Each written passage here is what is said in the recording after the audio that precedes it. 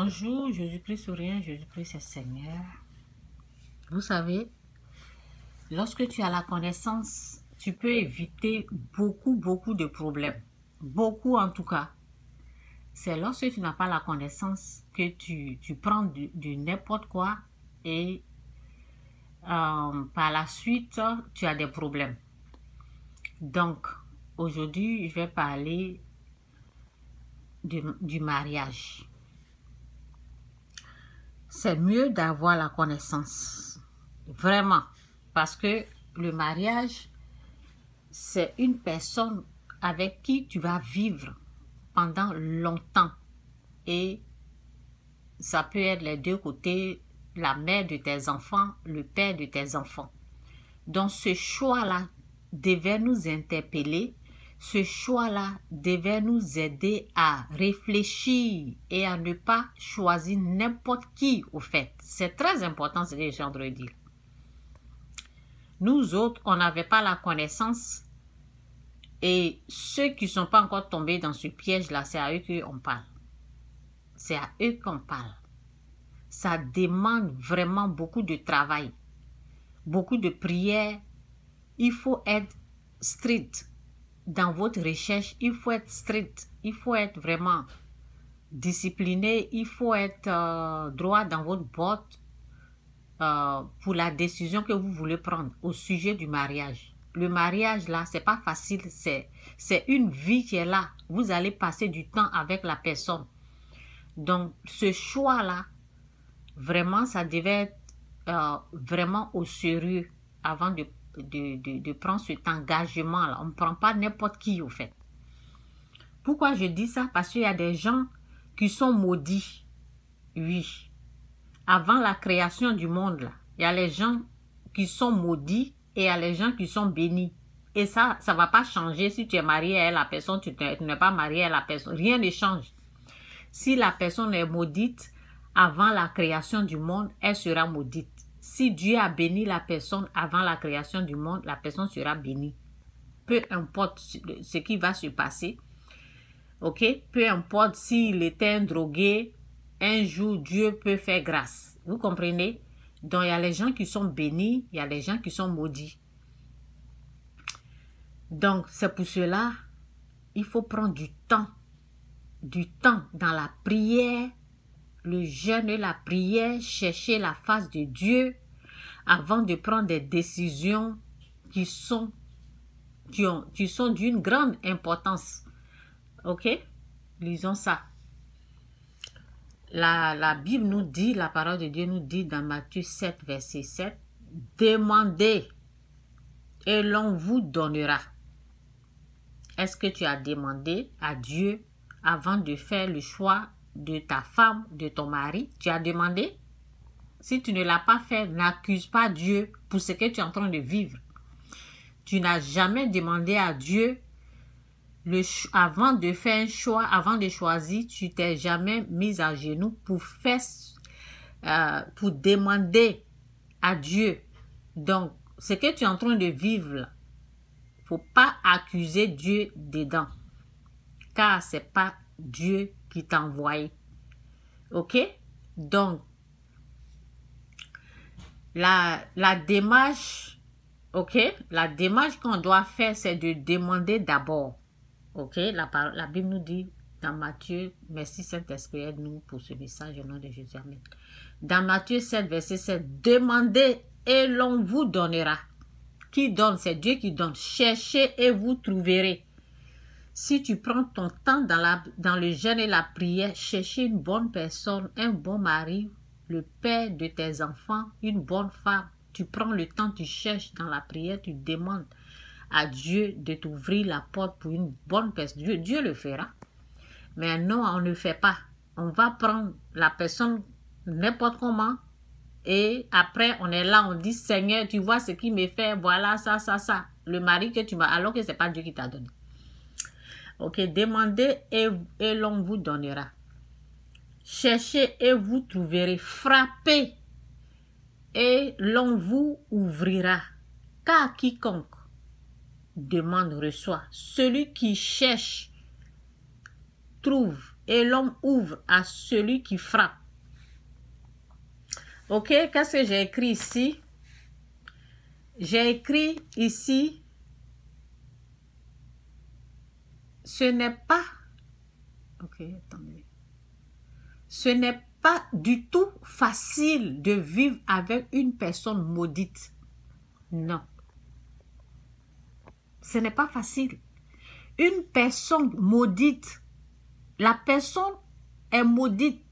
Et toi, tu l'as mariée, tu es en train de vivre avec cette personne-là. Ce n'est pas facile. Ce n'est pas une vie facile du tout. C'est comme l'enfer sur terre. Oui, je compare ça à l'enfer. L'enfer est plus terrible que ça, mais bon. C'est une façon de dire que ce n'est pas amusant. Ce n'est pas amusant de prendre une personne maudite. Une personne, je ne sais pas, une personne dépressive, une personne malheureuse, une personne maudite qui est toujours en train de se plaindre, une personne qui n'aime pas sa vie, une personne pour rien du tout. Donc j'ai dit, ce n'est pas facile de vivre avec une personne maudite. Non, c'est comme l'enfer sur terre. Je compare ça à l'enfer. Bon, l'enfer est plus que ça, mais bon. À tout moment, la personne peut s'apprendre à vous. Ça veut dire pour rien du tout. La personne peut s'apprendre à vous pour rien du tout. Pourquoi? Parce que c'est une personne maudite. C'est l'effet de la malédiction là qui le rend comme ça. Ok?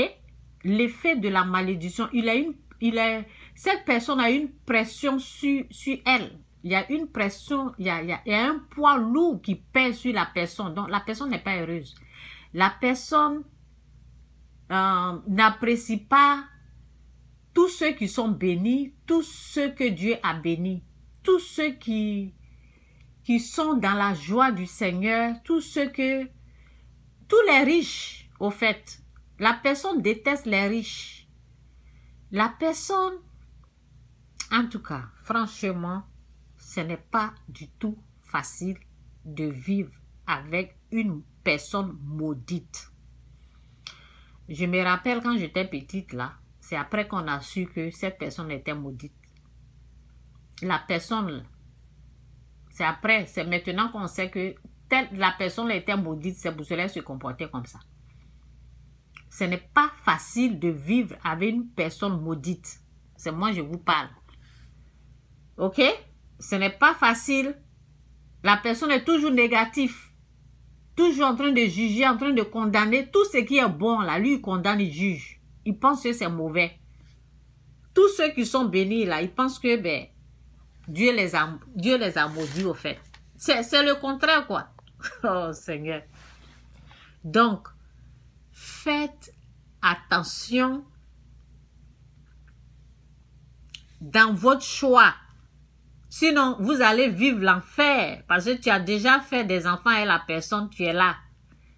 Tu es obligé de vivre comme ça jusqu'à ce que la mort vous sépare. Oui, souvent les gens divorcent, mais bon, souvent Dieu peut faire grâce, il te libère. Parce qu'il prend la personne et puis toi, tu es libéré après. Ben oui, si Dieu, c'est comme ça, Dieu peut te libérer au fait. Il prend la personne et puis après, bon, c'est ça.